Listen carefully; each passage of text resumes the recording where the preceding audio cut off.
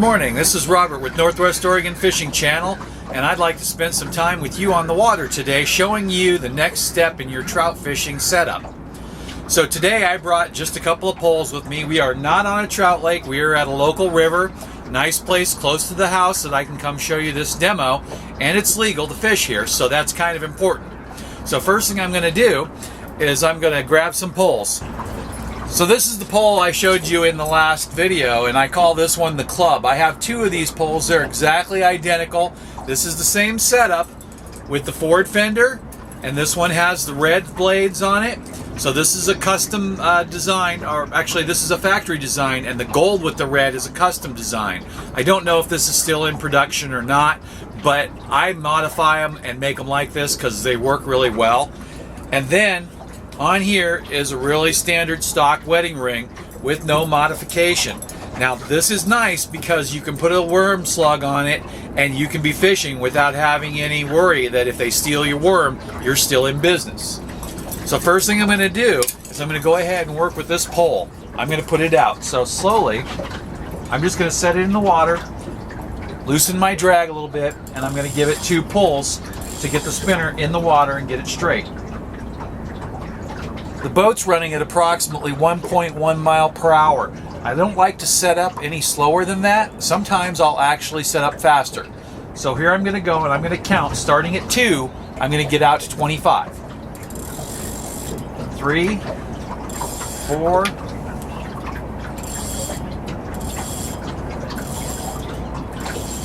'I want to point out that as I pull, I'm lifting the pole up, which keeps it from going out too fast. Then I'll take a break.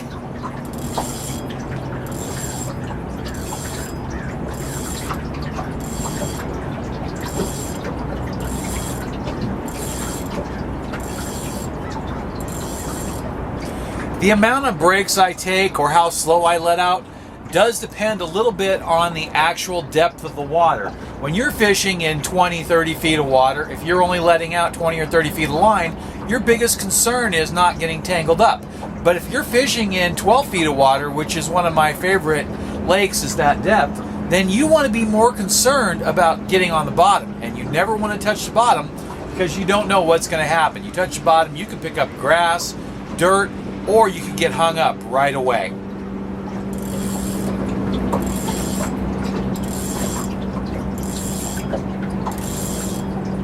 So now we're at 25, so I'm just going to go ahead and lay the pole down nice and slow and put it in the pole holder. Alright, so the next thing I'm going to do is I'm going to go ahead and grab the other pole and talk a bit about it. This pole is out, that we just put it out at 25 poles, which is roughly 50 feet, and that's about as close as I ever fish in the boat. A lot of times I will go out, clear out to 60 poles, which can be pretty long ways away. Looks like we're getting into a couple of waves here, so maybe it helps to grab the camera every once in a while. So sometimes I'll go out to 60 poles, and then it really gets away from the boat. And the nice thing about that is trout are a little skittish, and they will avoid the boat no matter what. And on a really clear day, you've got to get out that far. The other thing is when you're going out that far, you really don't want to use much weight. Today, I'm not using any weight, and in a lake that's anywhere around 12 to 10 feet deep, I normally won't use weight. Now, this pole here, this is a newer rod. I bought this one not too long ago. I had a nice reel that I had bought probably at the Sportsman Show on sale for next to nothing. And I wanted to get it onto a pole, and the reel I wanted, because the line was kind of light, I wanted to get it on a lighter pole. So I bought this pole at a local superstore on sale for I think $17.88 or something like that. Really cheap. And I just ordered a couple more from Cabela's for a really low price too. This is the modified one. That's what you saw in the last video when I caught the fish at the beginning of the spinner video. And basically, you've got a gold flasher blade with a red prism that I cut out to fit in the flat spot. And we put this one on there, and it just went crazy. So on this one here, this one is set up for a worm. And I don't have any actual worms, but what I do have is I do have some power bait. So I'm going to go ahead and put one of those on there, just so that way I can feel good about being out here and actually fishing. So, you know, I don't know the condition of these. They might be pretty rough. But like I said, I'd rather put something on there and pretend like I'm fishing than not put anything on there at all. So just like a worm, normally I would put a couple of these on there, but I'm just going to put one on there today. So just like a worm, I'm just going to slide it down over the tip of the hook, just enough that it makes it look like I'm fishing. With these are power bait maggots, and I'm not sure that you can see that, but it's a pretty small little piece. And so normally I'd use that on a wedding ring or on a smaller hook. So I'm going to go ahead and put this in the water now. And I'm going to do the exact same thing that you just saw me do. So I'm going to loosen the drag up. And then I'm going to set it in the water nice and slow. 1, 2, get it straight. Make sure everything's moving correctly. And then 3, 4, up to 25.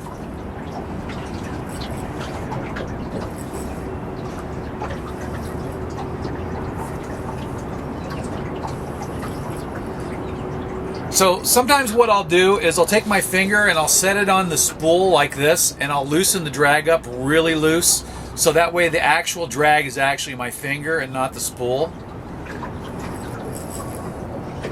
And then once I've got it out all the way, then I just tighten it back up, my finger out of the way, and that's about where I'd want to be for a trout. Now, when I'm fishing with light line in a place where I might get hit by something bigger, I'll just lighten it up just a little bit more. If I do get hit by a big fish, it'll break me off if I don't let him run. So I'm just going to go ahead and do that. And then I'm going to set this down in the holder. When I start my day out, I like to double check and make sure all my rods are tight on the reel. So you can just spin the nut or whatever the retainer is to make sure that you're not going to lose anything. Some of my rods, I actually have zip ties on the reels to keep them in place. And they work really well, but you have to replace the zip ties every couple of years because they'll dry out and crack on you. So now I want to give you a closer look of what the rods are actually doing. So I'm going to step out of the shot and I'm going to move the camera in a bit so that way you can see the tips of the rods.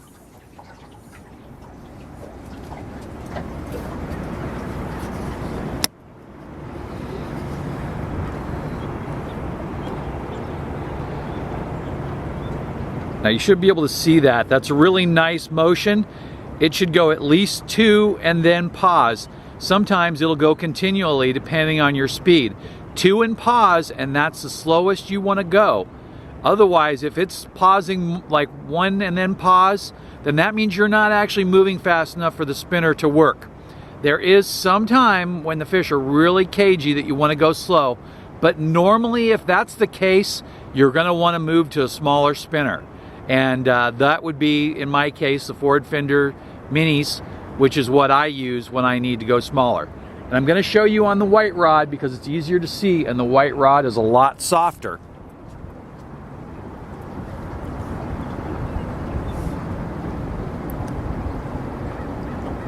Now that's some nice action right there. We're going at almost a perfect speed for that rod. You see it's kind of popping twice and then bouncing back up. And it's harder to see that bounce back up because the rod's kind of flat. I'm going to check the speed of the boat now, and we are going exactly 1.1, and that is almost the perfect speed.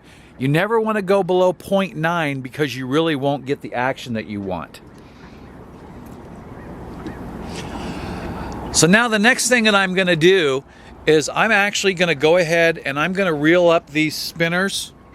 And we're going to take a look at one of them actually working in the water so you can see what the true action really is.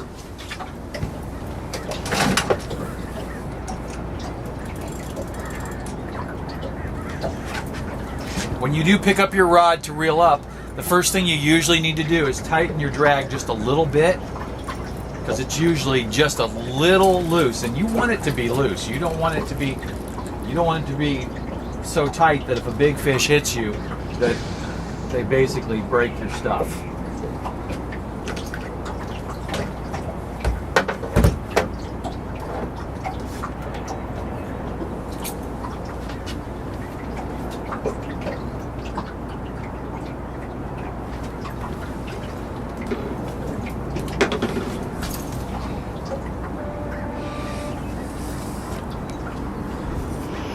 So what I'm going to do here is I'm going to shoot it down into the water, and then I'll also show you some other video of the same thing. Now this spinner is going at maximum speed. You see how both spinners are moving really good. You don't really want to go much faster than that. Now if it were a little lower in the water, you might get a little bit of a skip, but really that back spinner needs to be spinning perfectly all the time. And I'm going to slow the boat down because we keep getting hit by gusts of wind. So I'm going to slow the boat down just a touch so you can see that front spinner skip. And there it is. It's skipping.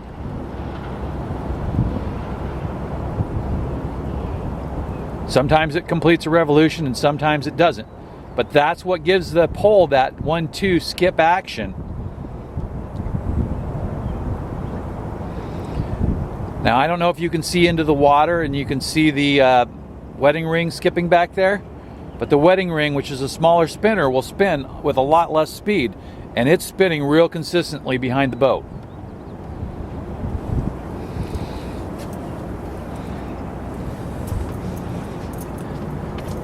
And now I can get a really good look at that pole and the action, because we're going really slow.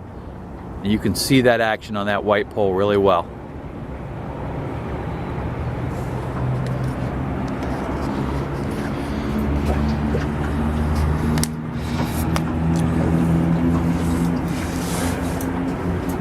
Alright, so basically I just wanted to show you how to bring that stuff out. Another thing is that when you do get a fish, what's going to happen is that pole is going to tip down. The club will only tip down about 3 inches or so, so just the tip of it will bounce a couple of times like this. But the white pole here, it'll really kind of go crazy like this. It'll probably move 6 to 8 inches with a good fish. And when it does happen, wait a second, let the fish do what it's going to do, because the likelihood of you being able to pick it up and hook it is not very good. The fish really needs to take the bait.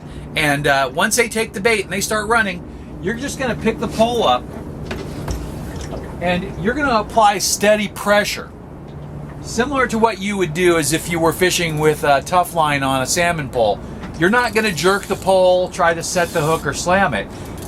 You're basically just going to take the pole back and you're just going to apply steady pressure and wait. And if you feel it tip again, then you know you've got the fish. If it doesn't pull on the tip again, then you've lost the fish, most likely, or he's swimming straight at you, which is not very likely. Or, even worse, he's taken your bait and gone away. He's got his lunch. He doesn't need any more. That's another reason not to put too much bait on the hook, because then he'll just take your bait, he has a free lunch, and all you got is an empty hook. We want fish on the hook. So once I get the fish, I'm going to reel him up to the side of the boat like this, to where there's probably about 2 or 3 feet on the spinner, and keep the pole kind of level. And then, right at the last minute, I'm going to pull alongside of the boat and get the net out in front of him. So he swims right into the net, under and in front, because he can't go up and he can't go backwards. So if I'm just a little under him and in front of him at a slight angle like this, he swims right into the net and you can kind of give him a little drag. So those are some basic tips there. And we'll end the video with a couple of fish clips. And then next time, we'll go get some trout and show you why we're in action. Thanks for watching. Have a great day. Please subscribe.